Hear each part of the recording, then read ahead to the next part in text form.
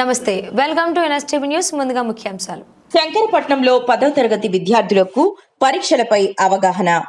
శంకరపట్నం మండల కేంద్రంలోని మోడల్ స్కూల్లో కేశవపట్నం ఎస్ఐ శేఖర్ రెడ్డి ఆధ్వర్యంలో 10వ తరగతి విద్యార్థులకు పరీక్షలపై అవగాహన కార్యక్రమం నిర్వహించారు.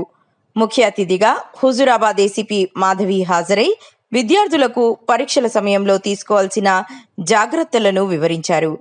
కష్టపడి చదివి ఉన్నత లక్ష్యాలను సాధించాలని, చెడు అలవాట్లు మరియు మొబైల్ ఫోన్లకు దూరంగా ఉండాలని సూచించారు.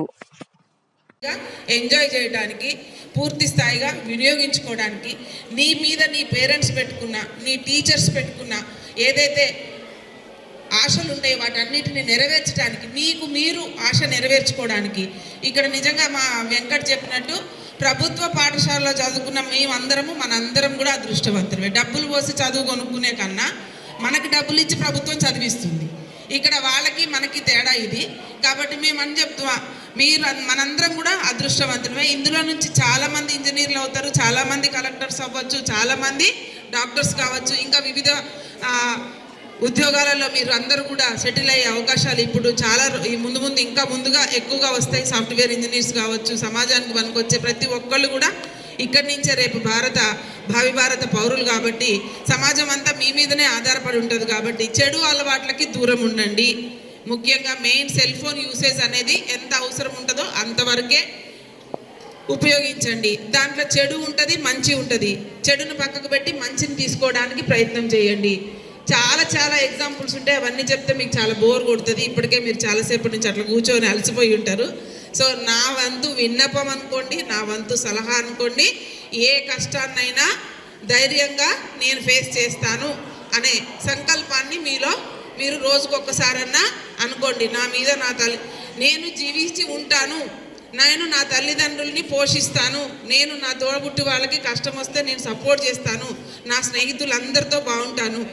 నేను ఫస్ట్ మనం ఇవన్నీ చేయాలంటే ఏముండాలి? నువ్వు ఒక ఉద్యోగిగా సిద్ధపడాలి. నాలాగా సబ్ ఇన్స్పెక్టర్ కావాలి, నాలాగా ఏసీపీ కావాలి, ఈసారిలాగా టీచర్ కావాలంటే ఏం కావాలి? ఫస్ట్ మీ అందరికీ చదువు కన్నా ముందు ప్రాణం. మనం ప్రాణంతో ఉండటం అవసరం కదా. సో మీరందరూ అట్లా ఉండాలని, మంచి భవిష్యత్తు, ఆరోగ్యం. మరి ప్రాణంతో ఉండటం సరిపోద్దా? ఆరోగ్యంతో ఉండాలి. ఆరోగ్యంతో ఉండాలంటే ఏం కావాలి మనకి? మంచి ఫుడ్, మంచి వ్యాయామం, మానసికంగా శారీరకంగా. మానసిక వ్యాయామం ఎట్లా వస్తుంది? ప్రాణాయామం చేయటం కానీ, మీకు ఇష్టమైన బుక్ చదవటం కానీ, మీకు ఇష్టమైన ఫ్రెండ్స్తో కాసేపు సమయం వెచ్చించటం కానీ, అంతే కదా. మీ అమ్మతోటో, నీ స్నేహితులతోటో, నీ తోబుట్టువులతోటో, మీకు నచ్చిన వారితోటి కాసేపు సమయాన్ని, మీకు బాగా కష్టం అనిపించింది అనుకోండి, అప్పుడు ఏం చేయాలి? నేనైతే నా ఫ్రెండ్కి ఫోన్ చేస్తాను. మీరేం చేస్తారు? ఇన్స్టాగ్రామ్, నాకైతే ఇన్స్టాగ్రామ్స్ లేవు, రీల్స్ చూస్తారేమో, అవి పక్కకు పెట్టి మీరు నీ ఫ్రెండ్తో మాట్లాడండి. నీకు ఇష్టమైన టీచర్కి ఫోన్ చేయండి. మేడం నాకు కష్టం వచ్చింది, నాకు ఇట్లా అనిపిస్తుంది మేడం అని ఫోన్ చేయండి. మీకు వెంటనే మీకు సొల్యూషన్ దొరుకుతుంది. మీ మానసిక ఒత్తిడి పక్కకి వెళ్ళిపోతుంది. జస్ట్ ఇట్లా డోర్ తీసినట్టు వెళ్ళిపోతుంది. వెళ్ళిపోయినాక మళ్ళీ మీకు ఏమనిపిస్తుంది? నెక్స్ట్ నేనేం చేయాలనేది ఆలోచన వస్తుంది, అక్కడికి వెళ్ళిపోతారు.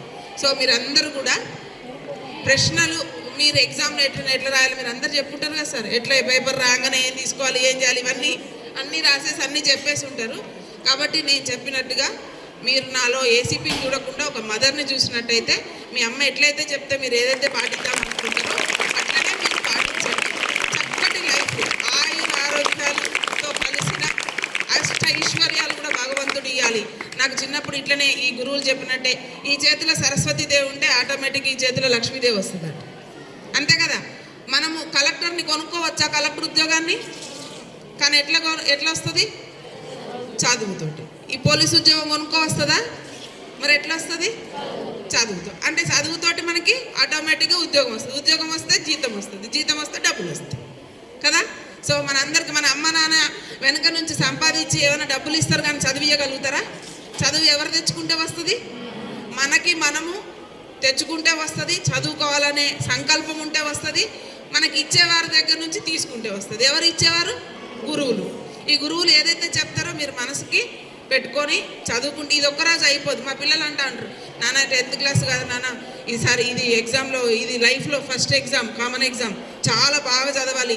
అమ్మ నువ్వు ఎప్పుడైనా ఈ ఎగ్జామ్ వద్దు మనకి సరిపోద్దని అంటావా అని అంటారు వాళ్ళు. కరెక్టే, సరిపోదు. విద్యార్థిగా ఉన్నంత కాలం చదువు మీద మన వంతు కష్టం మనం పడాల్సిందే. విద్యార్థిగా ఎప్పటి వరకు ఉంటాం మనం? నిత్య విద్యార్థి. ఇప్పుడు కూడా విద్యార్థిని నేను చదువుకోదలుచు. కాకపోతే లైఫ్లో ఒక అచీవ్మెంట్ అయ్యే వరకు కూడా మీరు దాని మీద కాన్సన్ట్రేట్ చేసి నీకు పెట్టుకున్న లక్ష్యాన్ని చేరే వరకు నువ్వు ఖచ్చితంగా దాన్ని ఫస్ట్ క్లాస్ ఉండడానికి ప్రయత్నం చేస్తూ ఉండండి. చేస్తే ఖచ్చితంగా మీరు సాధిస్తారు. So thank you one and all. ఈ అవకాశం ఇచ్చినందుకు మా ఎస్ఐ గారికి